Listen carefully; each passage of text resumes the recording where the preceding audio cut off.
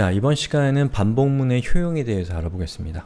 자, 항상 어떤 걸 공부할 때 그냥 공부만 하면 재미없을 수 있어요. 그래서 항상 이게 없다면 얼마나 불편할까, 또는 여러분이 그것이 없었던 시절에 살았던 사람이라고 상상력을 발휘해서 그러한 기능이 없었을 때 얼마나 사는 것이 불행했을까, 그리고 그런 기능이 처음으로 등장했을 때 그 기능을 처음 마주한 사람들은 얼마나 즐거웠을까, 이런 것들을 여러분들이 그런 감수성의 측면에서 공감할 수 있는 능력이 있다면 공부를 훨씬 더 재밌게 할 수 있습니다.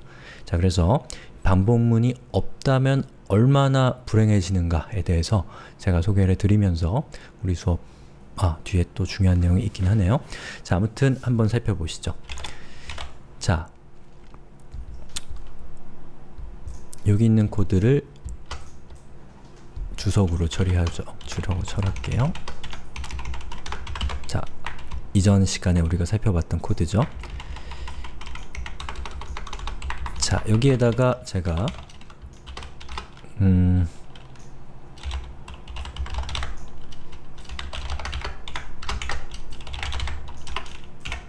자, Coding Everybody라는 텍스트를 이렇게 작성했습니다. 그리고 얘를 실행을 시켜보면 자, 이렇게 한 줄이 나오죠.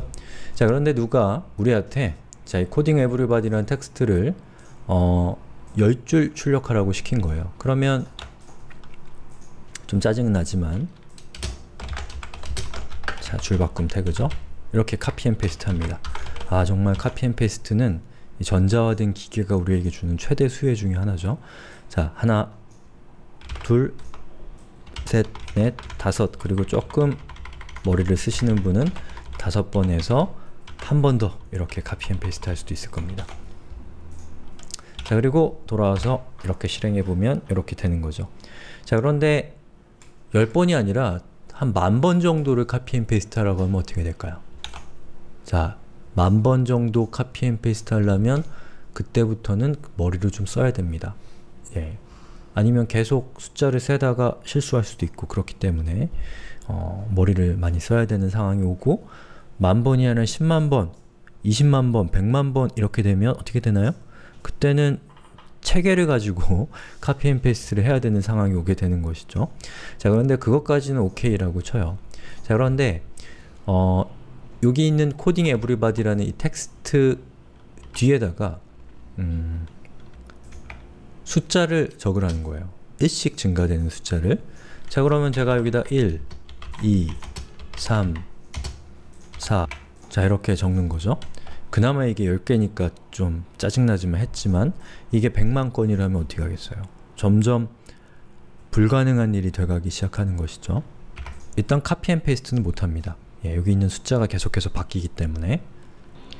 자, 그렇게 해서 우리가 힘들게 작성을 했는데 여기 있는 숫자를 2의 배수로 바꾸라고 하면 저는 안 할래요. 여기까지. 자, 어때요? 이런 반복적인 작업을 하는 과정에서 어떤 도구가 없다면 이러한 작업들이 굉장히 고된 작업이 되게 됩니다. 자, 그럼 반복문으로 이 내용을 한번 재구성을 해보면, 자, 저는 좋아하는 포문을 이용해서 자, 밑에 카피해 놓은 주석은 이런 때 유용해요. 자, 이 코드를 이렇게 가져왔습니다. 그리고 이렇게. 자, 그리고 제가 얘를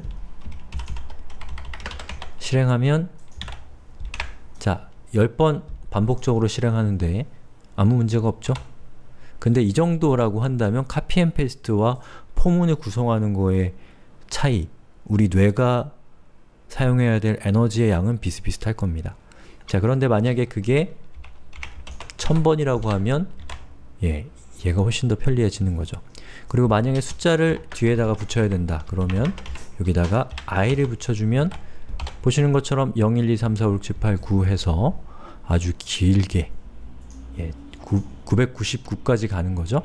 근데 우리한테 이걸 요청한 사람은 0이 아니라 1부터 카운팅이 됐으면 좋겠다고 한다면 자, 여기에 있는 i를 괄호로 감싸고 숫자 1을 붙여주면 보시는 것처럼 1부터 한꺼번에 쭉 감싸지게 됩니다.